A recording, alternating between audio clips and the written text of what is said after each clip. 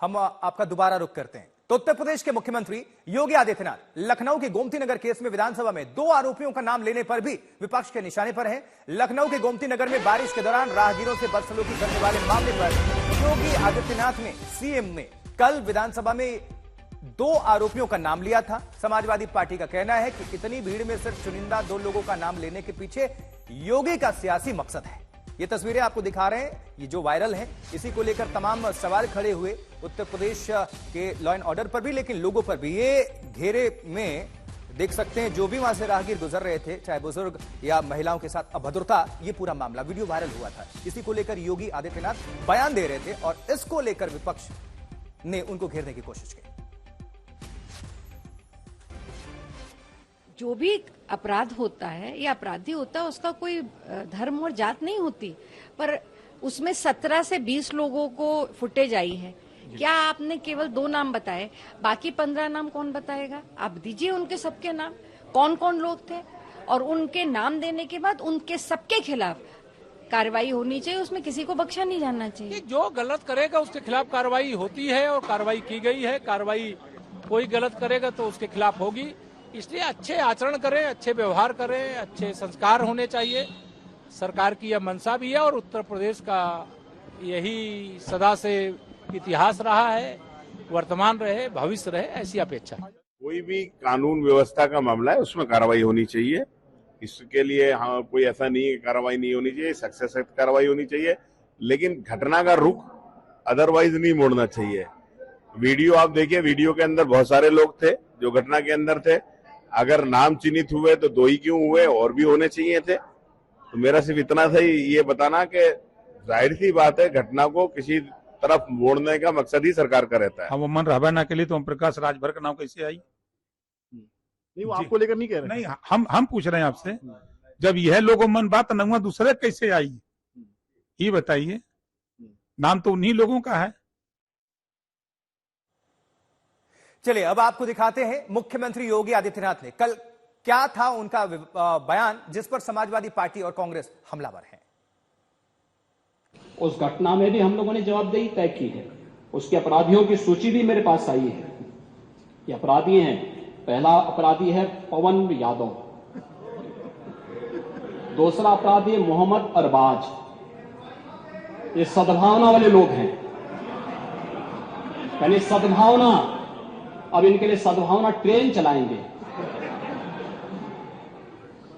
इनके लिए bullet train चलेगी, चिंता मत करो।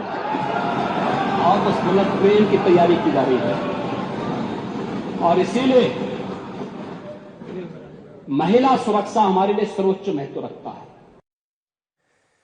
वहीं सांसद चंद्रशेखर ने भी सीएम योगी पर निशाना साधा है। आजाद ने कहा कि यूपी में मंचलों को खुली छूट मिली गई है और सीएम कुछ सुनना ही नहीं चाहते। हम लोग तो कहकर थक गए हैं। एंटी रोमियो स्क्वाड वगैरह के भी दावे किए गए, लेकिन हुआ कुछ नहीं।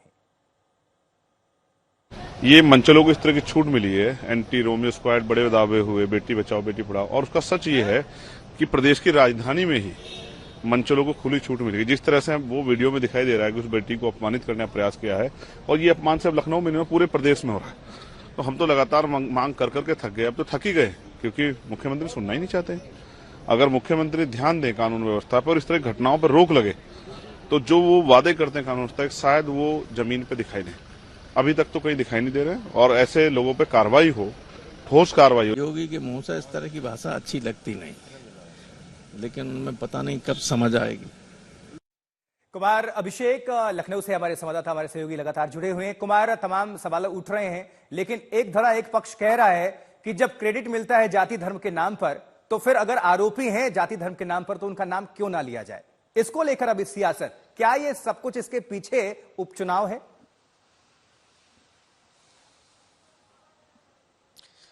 देखिए, उपचुनाव है या नहीं ये तो नहीं कह सकते, क्योंकि उपचुनाव में अभी थोड़ा वक्त है। लेकिन जिस तरीके से आरोपियों के नाम आए और मुख्यमंत्री ने बाकायदा सदन में उनके नाम का उल्लेख किया, उसके बाद से इस बात की तो चर्चा चल पड़ी कि आखिर क्या सचमुच चुनाव में मिली हार के बाद कुछ इस तरीके का माहौल बना है।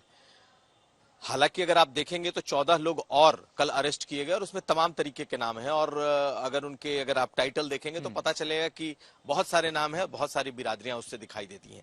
लेकिन मुख्यमंत्री ने इस पूरे घटनाक्रम को कहीं ना कहीं समाजवादी पार्टी से जोड़ा और ये बताया कि देखिए ये कौन लोग हैं। उनका इशारा सीधा सीधा उस तरफ था।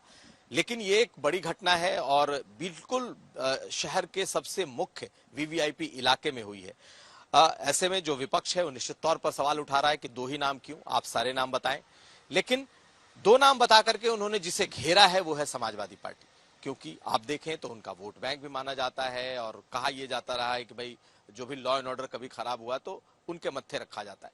तो ये चीजें इसमें दिखाने की कोशिश हुई है और इसी वजह से विपक्ष को देखेंगे तो जितने नेता हैं सबों ने इस बात पर सवाल उठाए कि सिर्फ दो नाम क्यों बताए गए, तमाम नाम क्यों नहीं बताए गए। और देर रात को जो गिरफ्तारियां हुई हैं उसमें ढेरों नाम आए हैं और उसमें कोई 1, 2 या 3 टाइटल नहीं, उसमें अनेक टाइटल हैं, अनेक बिरादरियां दिखाई देती हैं। तो निश्चित तौर पर अपने अपने जिसको जो सूट कर रहा है उसके हिसाब से इस पूरी घटनाक्रम को उसी तरीके से देखा जा रहा है। बीजेपी और बीजेपी के एजेंडे को जो सूट करता है वो दिखाई दे रहा है, जबकि विपक्ष का कहना है कि इसमें ऐसी सियासत नहीं होनी चाहिए। ठीक है अभिषेक, आपका बहुत बहुत शुक्रिया इस खबर पर विस्तार से जानकारी पहुंचाने के लिए।